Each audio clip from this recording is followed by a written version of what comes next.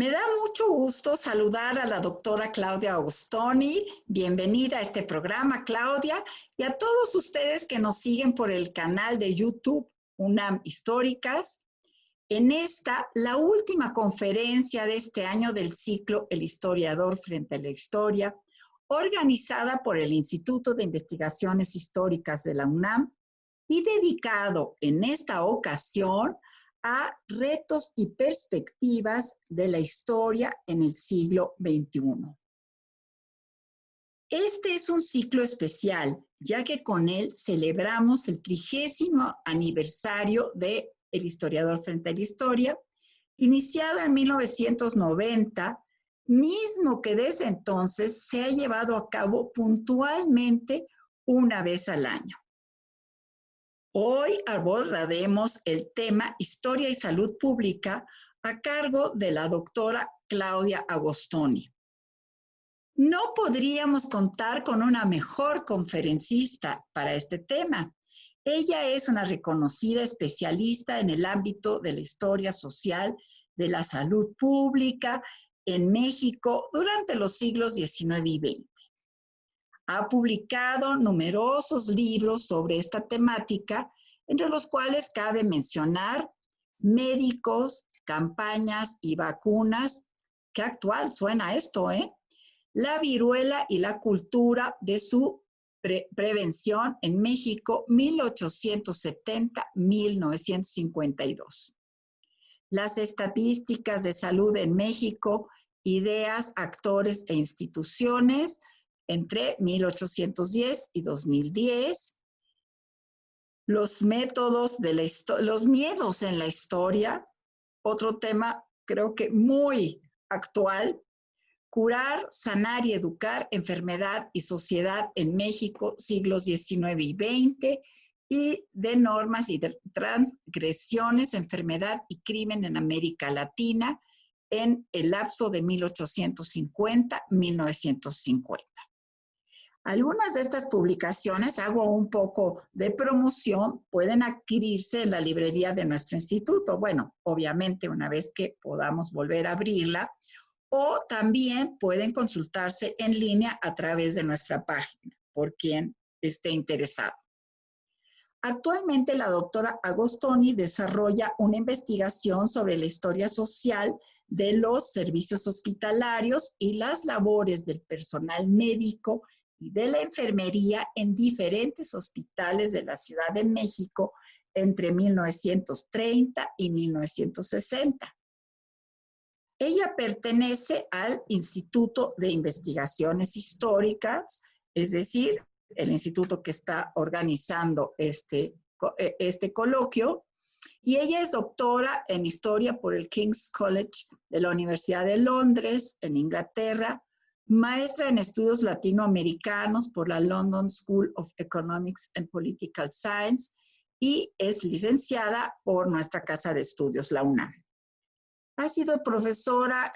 visitante en varias universidades y centros de estudio, sobre todo en Estados Unidos, por ejemplo, en la Teresa Lozano Long Institute of Latin American Studies de la Universidad de Texas, en Austin,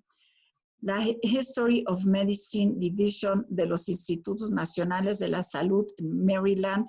en la Universidad de Columbia, y además pues ha dado muchos cursos en universidades de México, de América Latina y de Europa. Por toda esta obra que ha realizado ya durante varias décadas, ha obtenido el reconocimiento de sus pares. Entonces, por ejemplo, ella tiene, goza el PRI en el nivel D, forma parte del Sistema Nacional de Investigadores en el nivel 2, es miembro numerario de la Sociedad Mexicana de Historia y Filosofía de la Medicina y también miembro de la Academia Mexicana de Ciencias. En el 2005 recibió el Premio de Investigación en el área de Humanidades por parte de la Academia Mexicana de Ciencias. Recibió el reconocimiento Sor Juana Inés de la Cruz que otorga nuestra Casa de Estudios, la UNAM. Creo que el tema de salud pública cobra hoy un especial interés por la pandemia de coronavirus que estamos viviendo. Como nos detallará la doctora Agostoni, no es la primera vez que nuestro país se vio afectado por epidemias y resultan aleccionadoras las circunstancias en que ello sucedió y la manera como se enfrentaron las crisis anteriormente. Doy la palabra con muchísimo gusto a la doctora Agostoni. Bienvenida. Hola, ¿qué tal? Agradezco al Instituto de Investigaciones Históricas la oportunidad para participar en este ciclo de conferencias. Agradezco también a la doctora Gisela Bongo-Becer la presentación que acaba de hacer. Y bueno, quiero felicitar al Instituto por sus 75 años de hacer historia. Y bueno, me da mucho gusto formar parte del mismo. El título de la conferencia es Historia y Salud Pública. Y bueno, en estos momentos de emergencia sanitaria mundial, de un evento público de extraordinaria intensidad y dramatismo, en el que la urgencia, el miedo y la incertidumbre se apropian de las experiencias individuales y colectivas, es relevante no perder de vista que las coyunturas epidémicas siempre han sido nebulosas y que las maneras en las que diferentes sociedades han interpretado, confrontado y reaccionado frente a distintas manifestaciones epidémicas han sido ante todo heterogéneas. Es decir, si bien las enfermedades y las epidemias son parte de la experiencia humana, es necesario subrayar que cada enfermedad tiene su propia historia en un lugar y en un tiempo particular, y que cada manifestación epidémica ha sido única, resultante de un microorganismo y del modo en el que una sociedad la confronta, reacciona y la interpreta. Y es precisamente de lo anterior, de lo que la historia de la salud pública se puede ocupar, es decir, de distinguir, no estandarizar y mucho menos establecer generalizaciones al analizar los complejos y heterogéneos momentos de emergencia epidémica. En la historiografía mexicana actual hay importantes estudios sobre diferentes momentos de emergencia epidémica cuidadosamente acotados espacial y temporalmente. Al respecto, se pueden mencionar estudios sobre la epidemia de cólera de 1833 en la Ciudad de México, en la ciudad de Puebla, en Toluca y en Guadalajara. También sobre momentos de manifestaciones epidémicas de la viruela entre los siglos XVI y XX. Investigaciones cuidadosas también sobre las epidemias de tifo en 1916, por ejemplo, en el caso de la Ciudad de México, o sobre la influenza de 1918-19 en diferentes estados del país. Y también se han hecho trabajos muy importantes sobre el VIH-Sida a partir de la década de 1980, una enfermedad que pasó del estatus de epidémica a crónica en los últimos años. Y me parece importante iniciar mencionando esto, debido a que es el estudio de las diferentes reacciones, respuestas, experiencias y programas para hacer frente a la propagación de alguna enfermedad epidémica en momentos históricos muy acotados y en espacios muy particulares de lo que la historia de la salud pública se puede ocupar. Es decir, la incidencia de los episodios epidémicos en el pasado requiere de una precisa y puntual contextualización histórica. Y es que cualquier enfermedad, cualquier epidemia, solo adquiere sentido e importancia por las maneras en las que se infiltra en la sociedad, en la vida cotidiana, por las reacciones que provoca, por el modo en que da expresión a los valores culturales y políticos de una época determinada que trata de enfrentarla colectivamente. Pero no es solo de los momentos y contextos de emergencia epidémica, de lo único de lo que se ocupa la historia de la salud pública. La historia de la salud pública es una en la que se condensan múltiples temas y abordajes.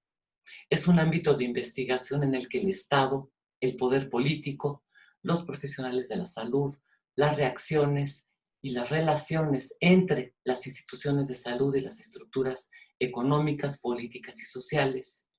y en las que las reacciones y respuestas del público frente a una enfermedad son particularmente relevantes. Además, y como ha sido señalado por distintos historiadores, entre estos por Diego Armus, las enfermedades cargan con un repertorio de prácticas y construcciones discursivas que reflejan la historia intelectual e institucional de la medicina. Condensan una oportunidad para desarrollar y legitimar políticas públicas, canalizan ansiedades sociales de todo tipo, facilitan y justifican el uso de ciertas tecnologías, descubren condiciones materiales de existencia y aspecto de las identidades individuales y colectivas, sancionan valores culturales y estructuran la interacción entre enfermos y proveedores de atención a la salud. Y es precisamente debido a la riqueza, diversidad, amplitud temática y temporal de la historia de la salud pública que decidió organizar esta breve conferencia en 3 secciones. Iniciaré con una breve presentación en la que haré referencia a algunos de los autores, temáticas y orientaciones que han marcado a la historia de la salud pública en México. En segundo lugar, aludiré a la importancia de un periodo comprendido entre 1870 y 1950 para la historia de la salud pública a nivel internacional y en México en particular. Aludiré a algunos de los diferentes programas y campañas entonces organizados en México. Destacaré las diversas estrategias a las que las autoridades de salud recurrieron para contar con un personal médico para la implementación de los mismos y subrayaré la importancia entonces concedida a la educación higiénica de amplios sectores sociales. Y para concluir, presentaré unas breves reflexiones en torno a la historia de las epidemias y de la salud pública en tiempos de COVID-19. Las fuentes escritas y visuales para la historia de la salud pública son abundantes y diversas. Podemos recurrir a testimonios literarios, a crónicas históricas, a tratados médicos, a libros de medicina doméstica, folletos y hojas sueltas, a representaciones iconográficas, tanto laicas como religiosas, a periódicos y revistas, a reglamentos y leyes, al igual que a los programas y proyectos procedentes del ámbito de la salud pública estatal. También son fuentes importantes la publicidad gráfica, los programas radiofónicos, el cine, al igual que el análisis de la cultura material y de los espacios específicamente diseñados para el cuidado de la salud. Y eso entre muchas otras posibilidades.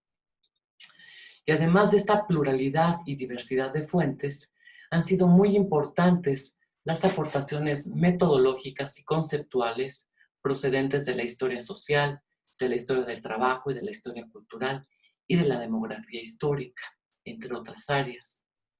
Y la suma de lo anterior ha posibilitado que diferentes historiadores con perspectivas, enfoques y abordajes igualmente diversos estén realizando novedosos estudios sobre enfermedades agudas, crónicas, endémicas o epidémicas,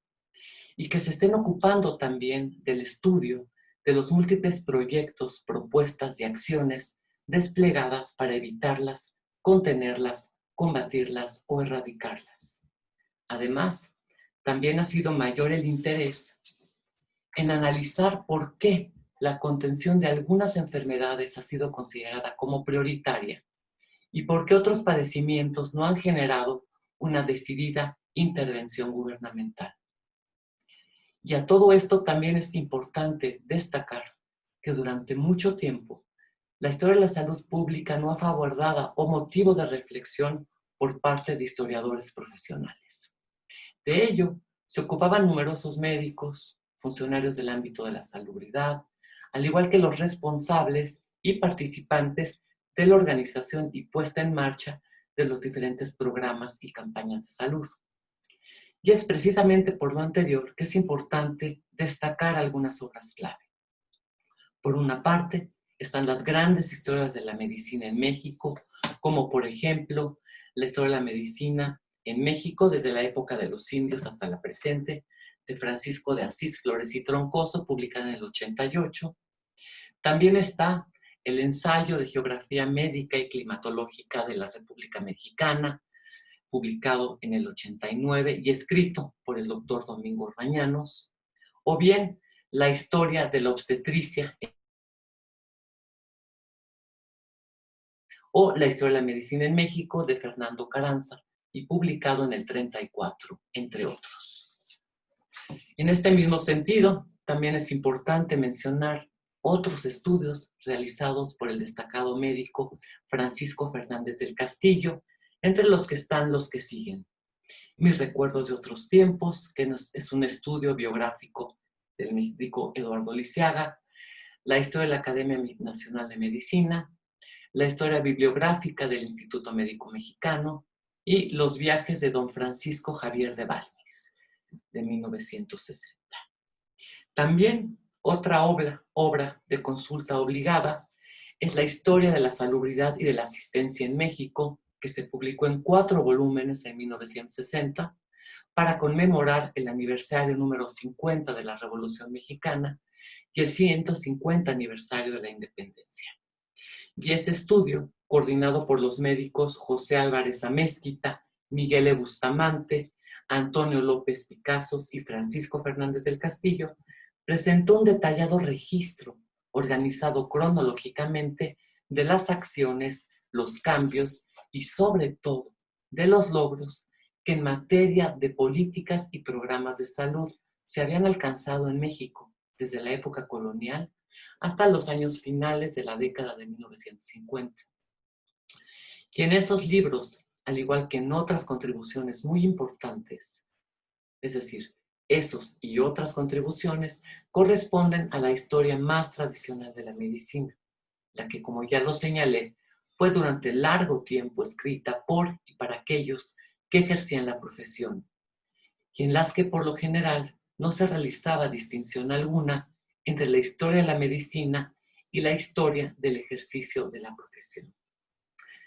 Una serie de elementos distintivos de este género de estudios son los que siguen. El énfasis en la enumeración y narración de los logros y aciertos de los profesionales de la salud. Una confianza incuestionable en los avances de las ciencias médicas, la exaltación de la eficacia de los programas de salud, la idea de un progreso siempre en ascenso, inalterable, y una historia en la que los conflictos, los problemas, las limitaciones y los fracasos de los profesionales de la medicina, de diferentes programas de salud pública, simplemente no están presentes. Y esa orientación, cabe destacar, sigue vigente en numerosos estudios realizados sobre todo por funcionarios del ámbito de la salud pública en México. Por otra parte, es importante mencionar que fue a partir de los años finales de la década de 1970 y sobre todo a partir de la de 1980, cuando en México se comenzaron a publicar otro género de estudios, en los que sobresalió una mayor diversidad temática, un abordaje mucho más cuidadoso y contextualizado, y entre estos estudios me gustaría mencionar los que siguen. El ensayo sobre la historia de las epidemias en México, en 2 volúmenes, coordinado por el doctor Enrique Florescano y por Elsa Malvido, publicado en 1982. De igual forma, se publicó 2 libros importantes, se publicaron: La atención médica en el medio rural mexicano, entre 1930 y en el 80, y 5 personajes de salud en México, coordinado y elaborado por el doctor Miguel de Bustamante. El volumen coordinado por Elsa Malvido y Enrique Florescano fue el primer estudio que buscó agrupar en una obra de carácter histórico a diferentes estudios sobre diferentes momentos de emergencia epidémica durante una larga temporalidad entre los siglos XVI y XX. El segundo fue el primero que se alejó del ámbito urbano y se concentró en el examen de cómo, cuándo y de qué manera se procuró organizar y sanear al ámbito rural mexicano durante el transcurso de esas décadas. Y el tercer estudio, el de 5 personajes de la salud en México, fue innovador también, ya que agrupó en una sola obra las biografías y las labores desempeñadas por 5 destacados médicos y funcionarios del ámbito de la salud pública en México durante el transcurso del siglo pasado.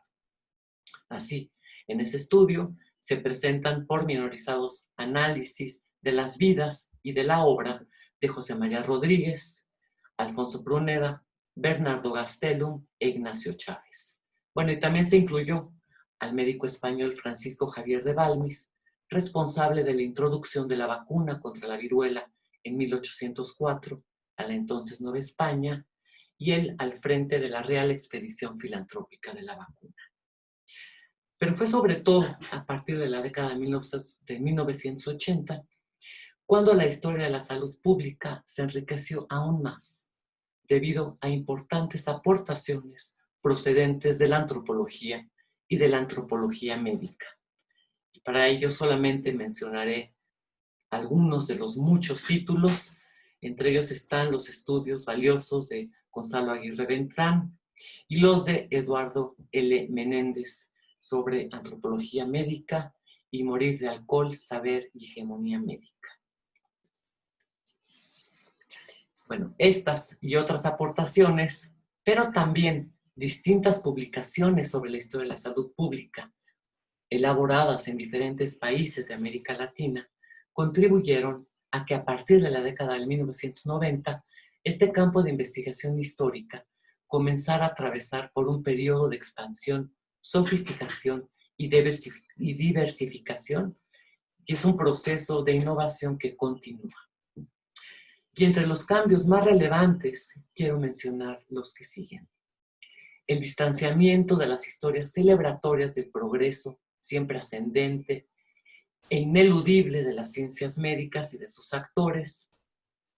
y también la importancia concedida al análisis histórico de los inciertos desarrollos del conocimiento médico, discutiendo no solo el contexto social, cultural y político en el que algunos médicos, instituciones y tratamientos triunfaron, sino también prestándose cuidadosa atención a numerosas temáticas que habían quedado en el olvido. De igual forma, ha sido particularmente importante el examen de las dimensiones políticas de las intervenciones de salud pública y de las consecuencias que esas intervenciones han tenido, y no solo en relación con la mortalidad y la morbilidad o con la esperanza de vida, sino también la incidencia que han tenido en la vida cotidiana, en la cultura material y en la creciente importancia concedida a la adopción de hábitos o prácticas calificadas como higiénicas en diferentes momentos históricos. Otras temáticas que han sido motivo de importantes investigaciones históricas son la revaloración y el reexamen de la formación de los profesionales de medicina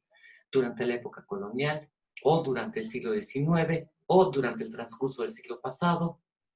Y también, y particularmente importante, ha sido el creciente estudio de la formación, presencia y participación de numerosas mujeres en el ámbito de la salud pública estatal, lo que durante mucho tiempo se limitó a breves referencias o notas al pie o alguno que otro comentario. En suma, y para concluir esta sección,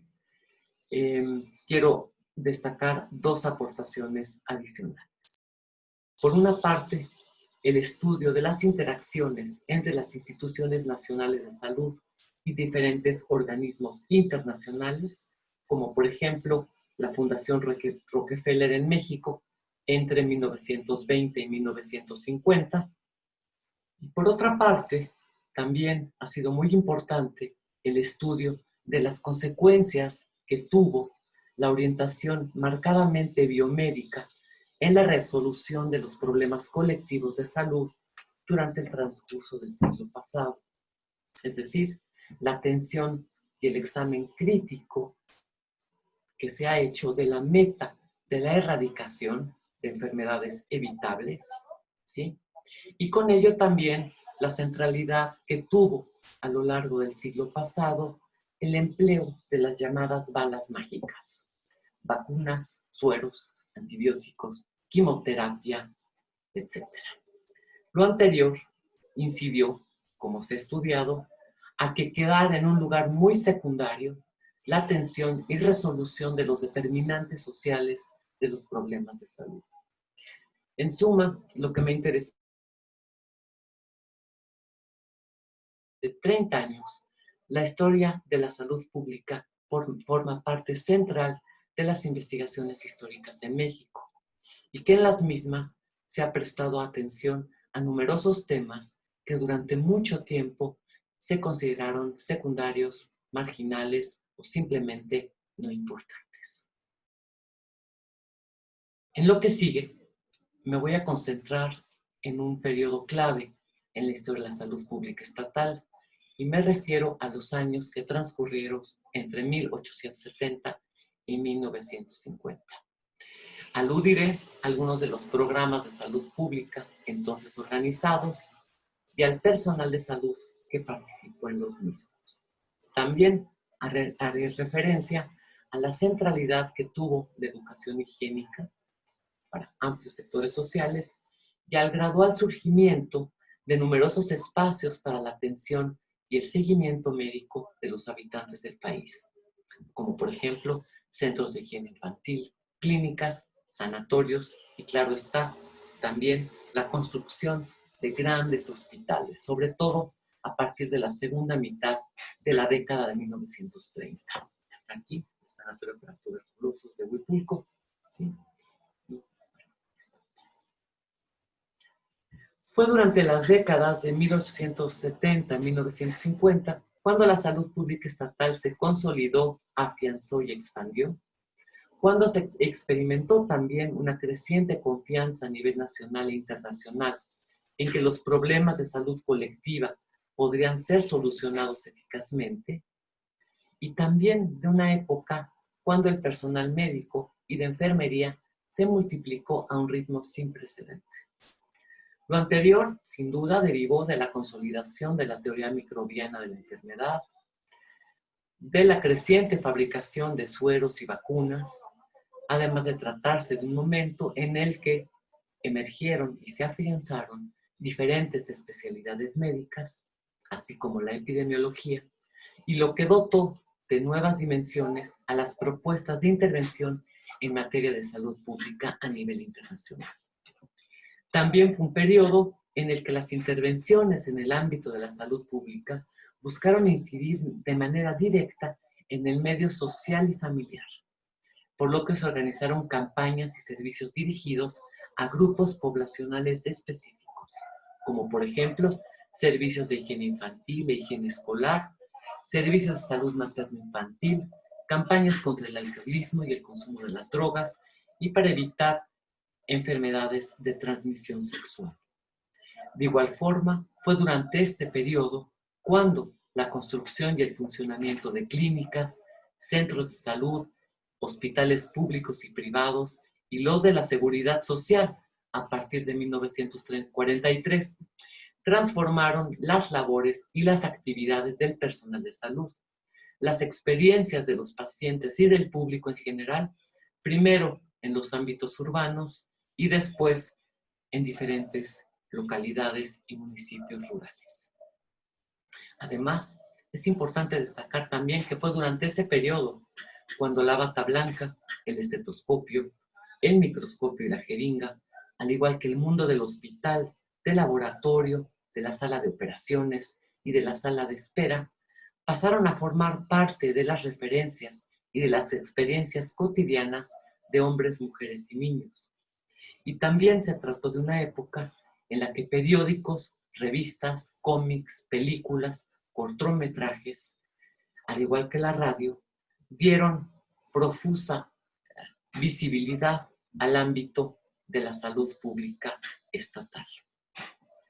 Y fue precisamente en este contexto de amplias transformaciones cuando se organizaron en México las primeras campañas estatales de salud pública para contener los contagios de diferentes enfermedades. Es importante mencionar que algunas campañas tuvieron una vida efímera o coyuntural y que otras atravesaron por periodos de continuidad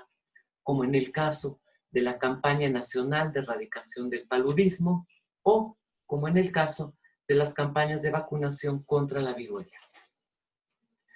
Fue precisamente durante la primera década del siglo pasado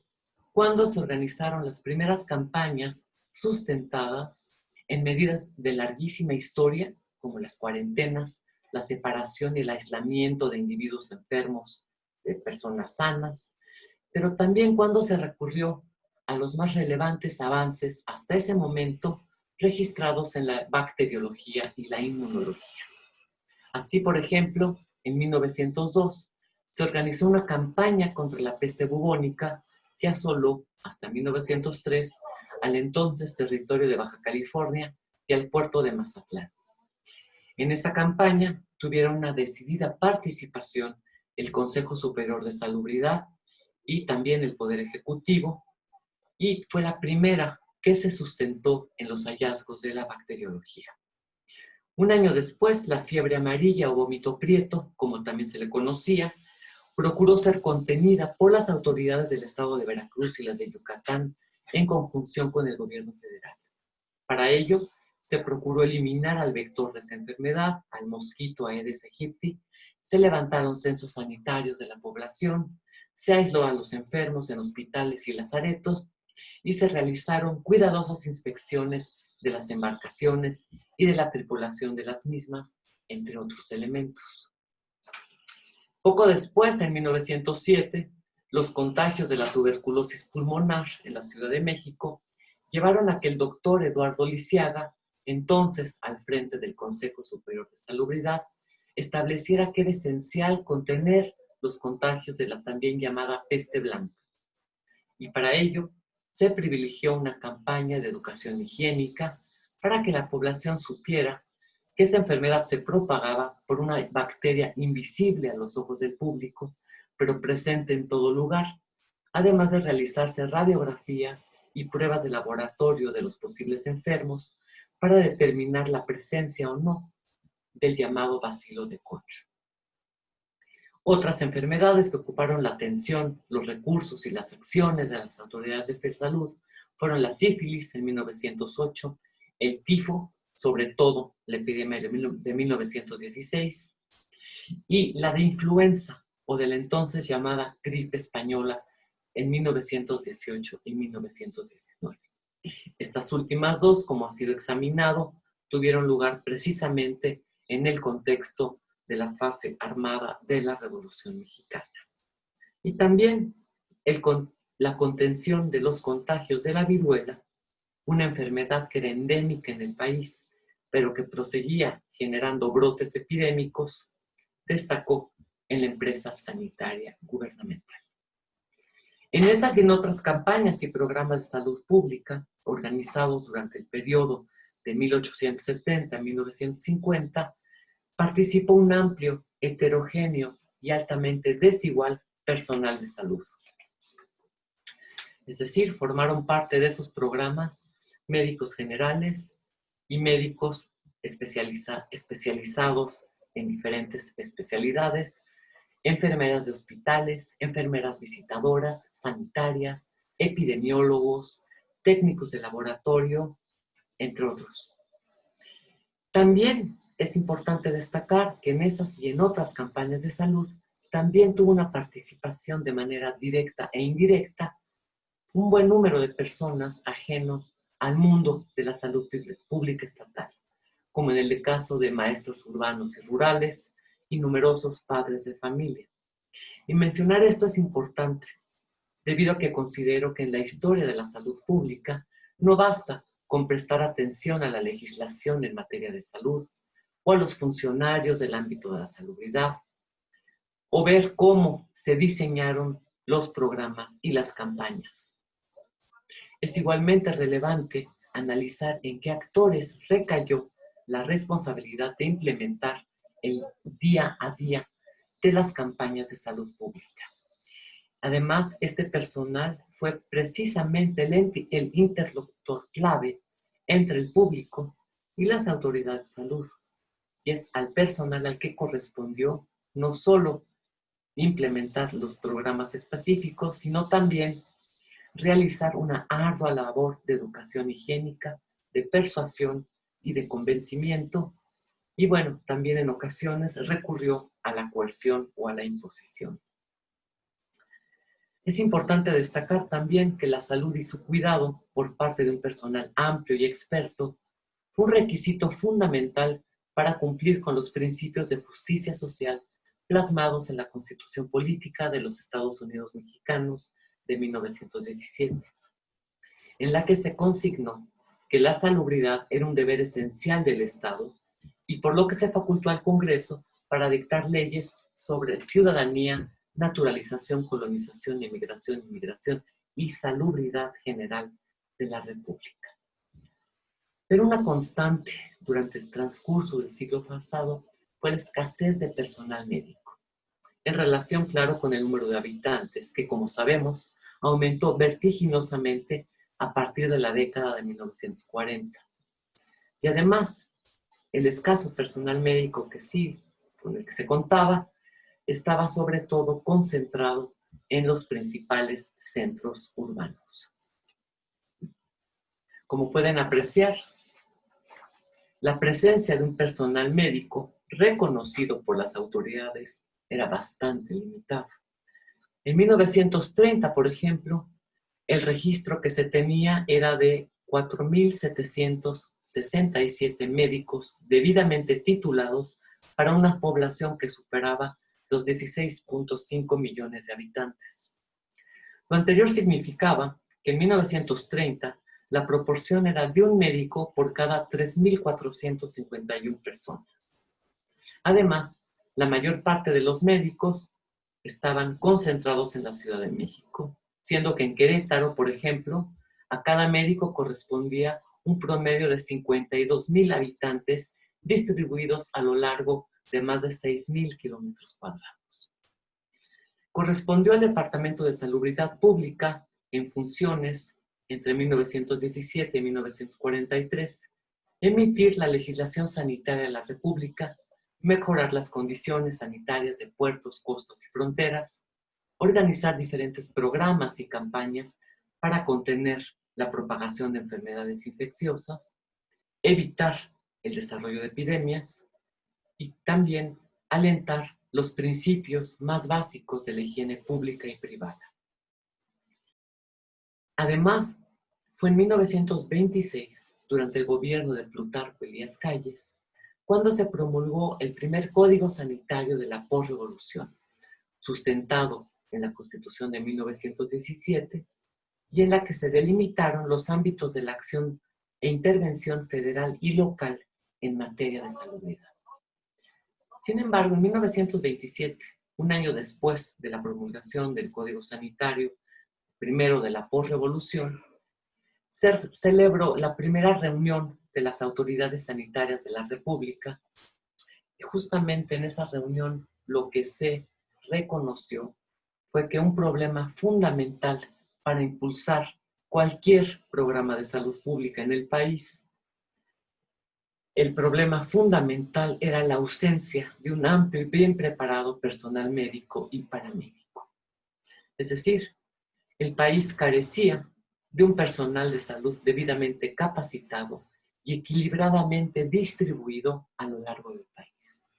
Y esto se reiteró a lo largo de la década de 1930, 1940, 1950, 1960, pero bueno, en la década del 30, el doctor Miguel E. Bustamante caracterizó a ese personal que no se tenía como evangelizadores de la salud que requerían llegar a todos los rincones del país. Y es que a ese personal correspondía justamente promover la educación higiénica, levantar estadísticas médico-sociales, contener la propagación de enfermedades como la viruela y el tifo, realizar inspecciones sanitarias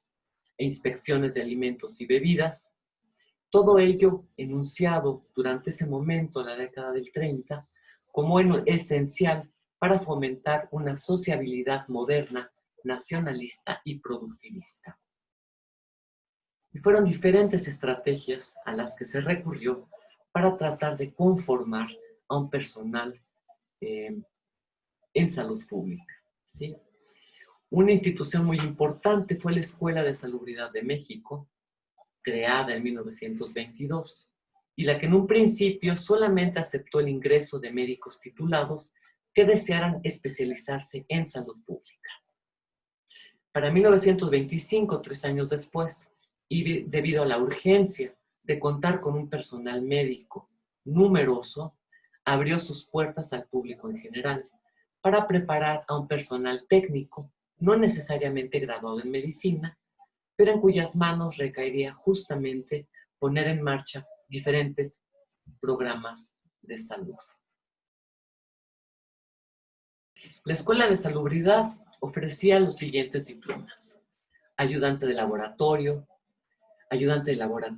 químico y bacteriológico, agente de desinfección, agente de enfermedades infecciosas, inspector de bebidas comestibles, ayudante de bebidas y comestibles, enfermera visitadora y agente sanitario.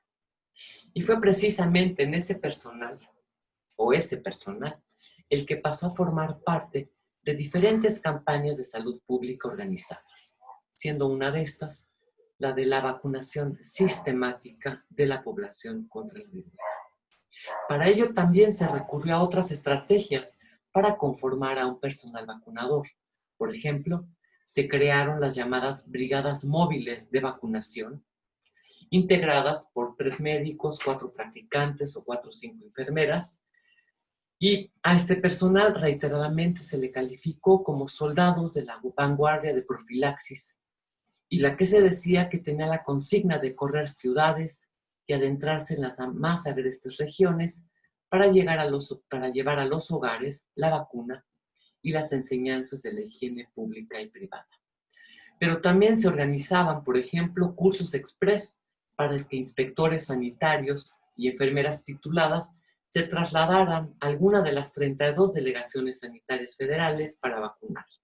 Y se les proporcionaba información escrita y verbal e instructivos también en los que se explicaba cómo vacunar, como en la imagen que pueden apreciar.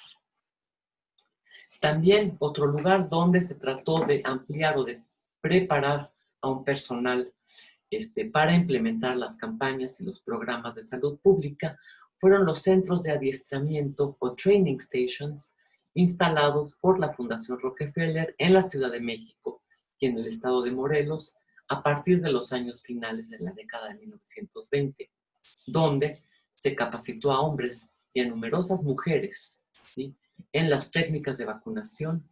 y personal en el que también recayó la tarea de llevar al mayor número posible de personas los principios y los preceptos de la higiene pública y privada.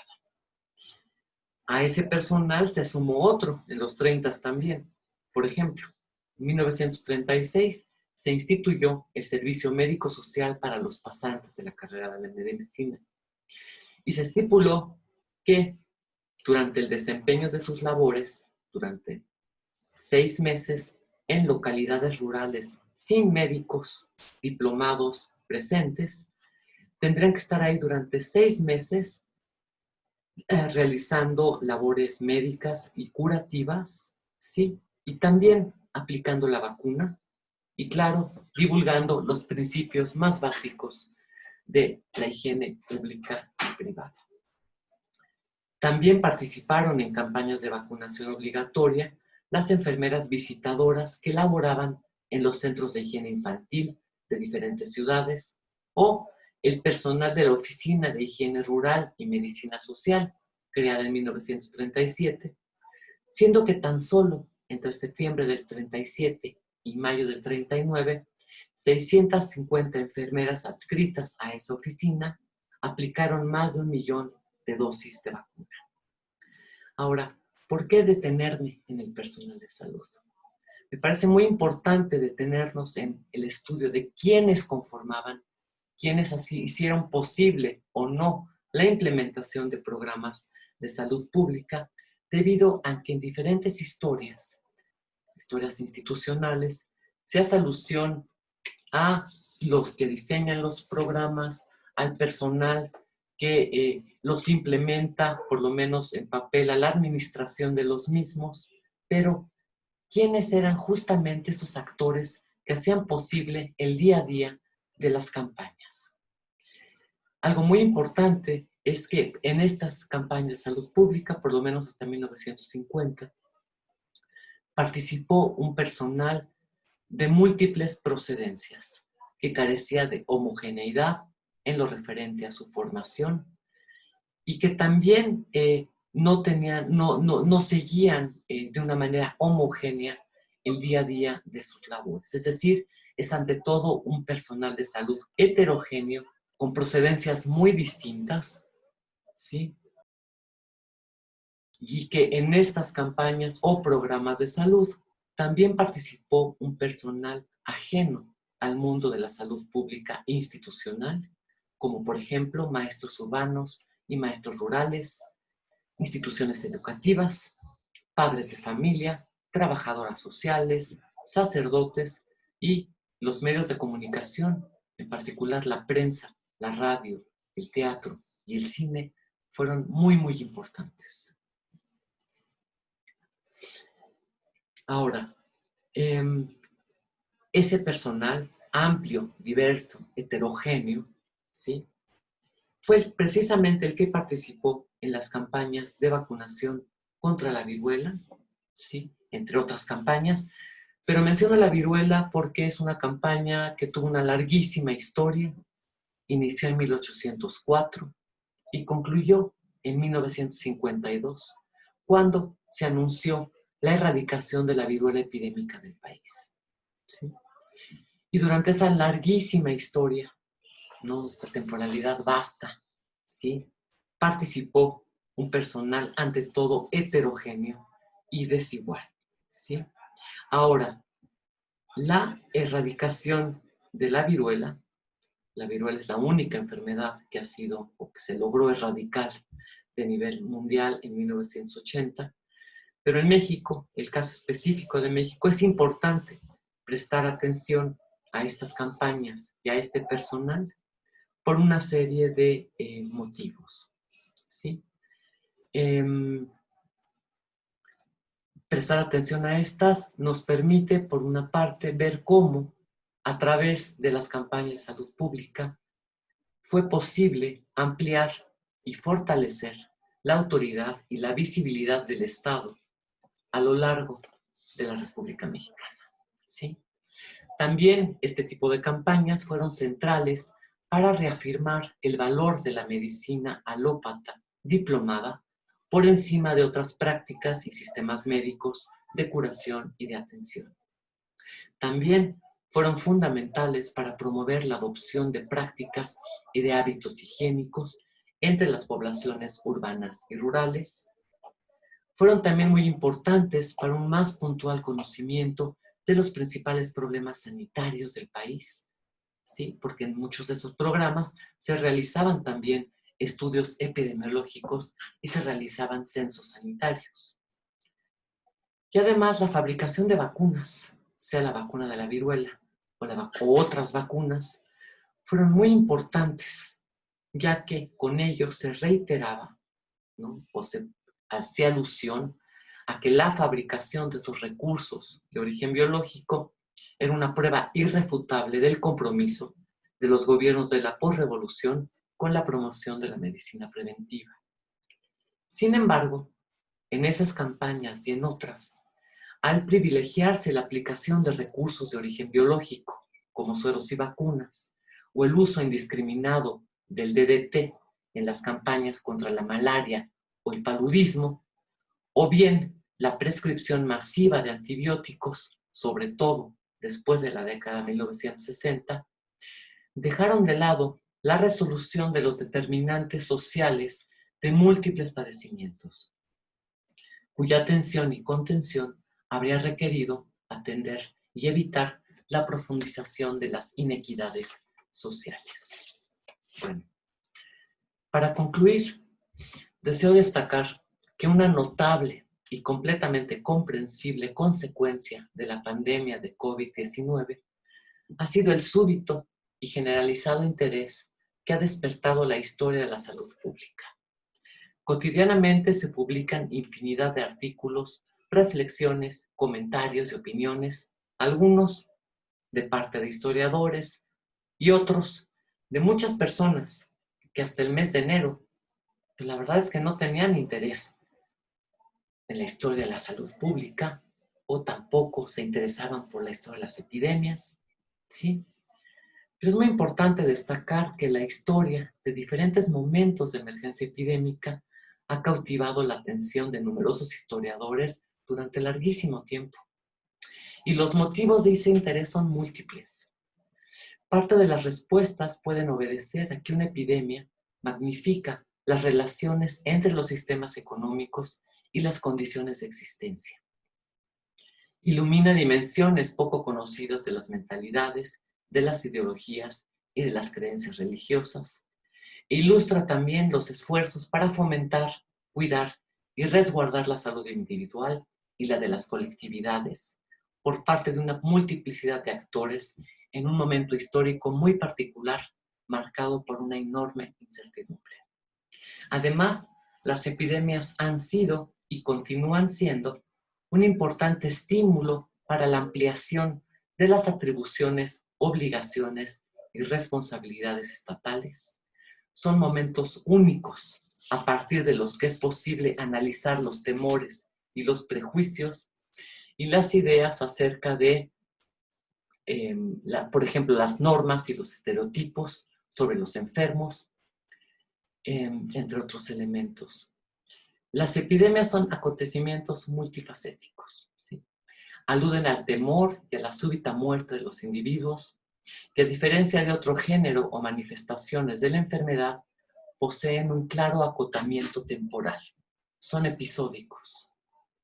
Inician en un momento particular en el tiempo, proceden o permanecen en escena durante un periodo limitado, revelando e incrementando las tensiones, desatando un ambiente de crisis individual y colectiva, y después transitan hacia un final. Y es precisamente durante estos momentos de emergencia epidémica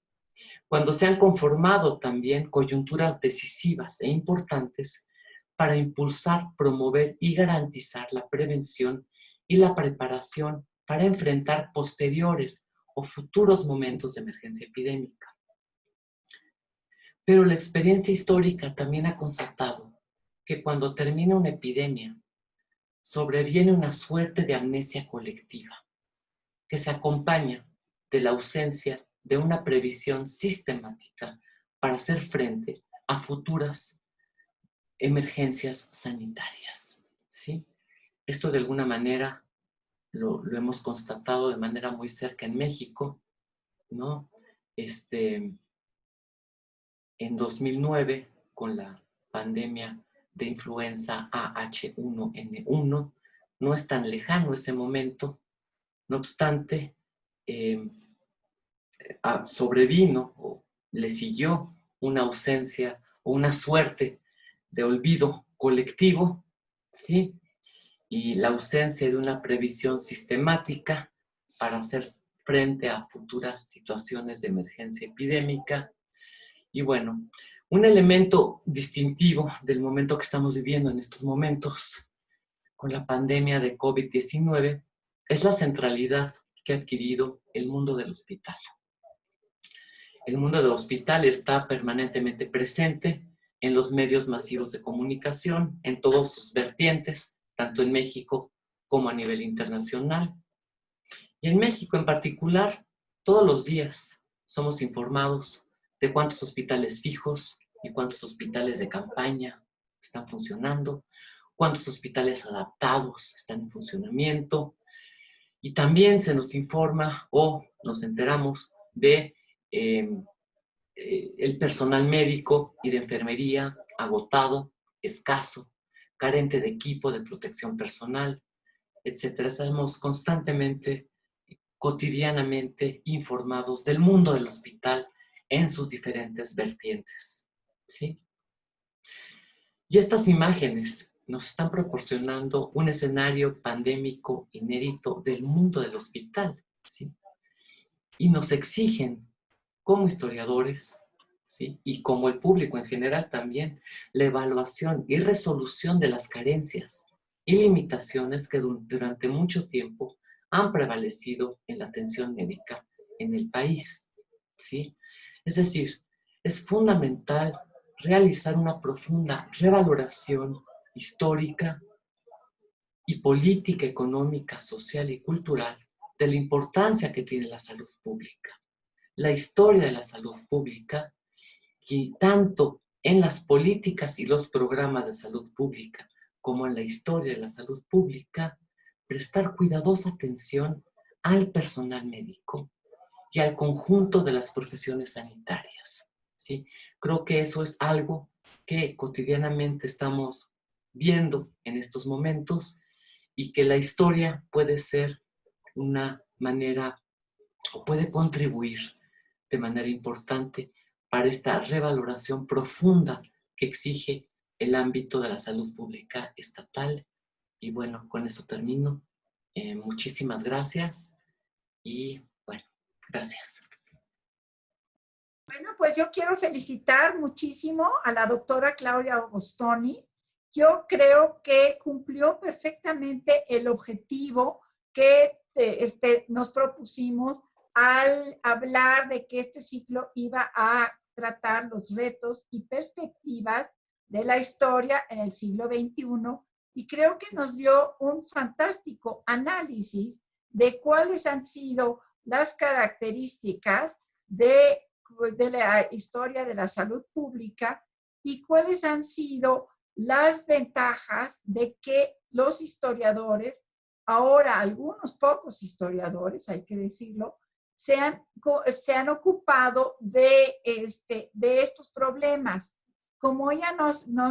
explicaba, en el pasado la historia de la medicina siempre se hizo por parte de los médicos, de las instituciones, de los hospitales, de las instituciones de salud pública, generalmente con una perspectiva panegirista, con una perspectiva de autoalabación realmente de lo sucedido, pero no con una perspectiva realmente crítica. El hecho de que ahora los historiadores nos hayamos ocupado de estos temas, pues ha tenido la ventaja de ver toda esta problemática de la salud desde una perspectiva mucho más amplia, tomando en cuenta los problemas sociales y tocando pues muchos temas que antes habían estado ausentes, como los fracasos,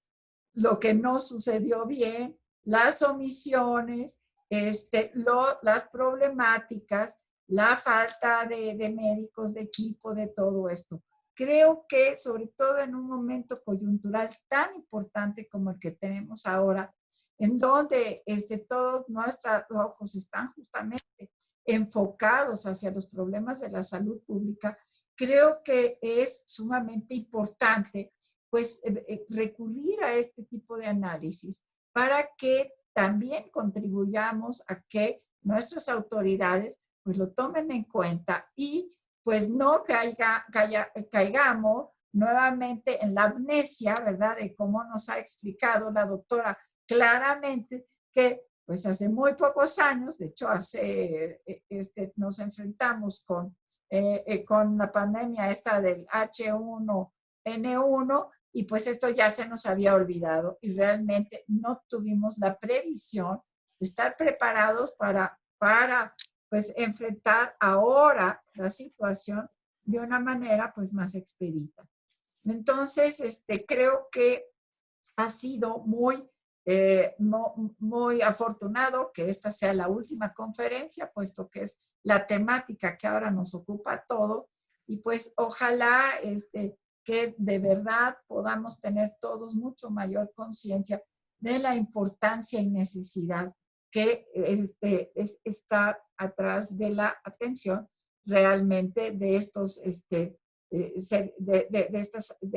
estrategias de salud pública. Ojalá que los historiadores podamos contribuir un poco en eso. Bueno, pues quisiera yo realmente agradecerle en primer término, desde luego, a la doctora Agostoni su participación en el ciclo y así como en a todos los demás participantes a lo largo de estas conferencias y desde luego al secretario académico de nuestro Instituto de Investigaciones Históricas de la UNAM, el doctor Gibran Bautista, quien concibió los contenidos, a la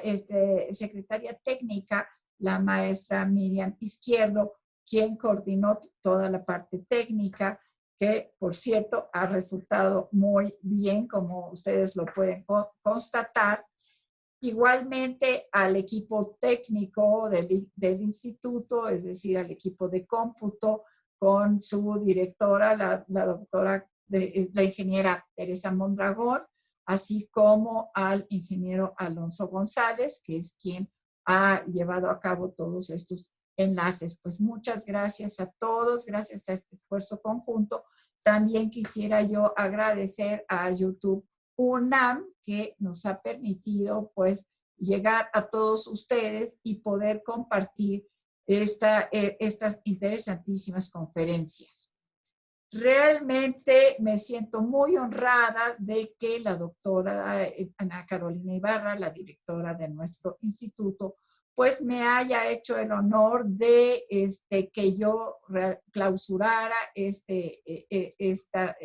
ciclo de conferencias en atención a que justamente fue hace 30 años cuando bajo mi administración se ideó el ciclo y pues no nos imaginamos en ese momento que la trascendencia a lo largo del tiempo que iba teniendo. Lo que nos propusimos creo que se ha logrado en gran medida, es decir, compartir con el público en general y también obviamente con estudiantes y profesionistas interesados, pues los avances de investigación que hemos tenido a lo largo de los años y poder pues adelantar a veces o muchas veces avances que todavía no se han plasmado en libros y que por ende todavía no pueden, no pueden compartirse con el resto de la comunidad y con el público en general. Pues así que para mí es una gran dicha poder en este momento clausurar nuestro ciclo de conferencias y, por supuesto, los esperamos el año que entra en el siguiente ciclo que muy seguramente se va a llevar a cabo. Muchísimas gracias a todos.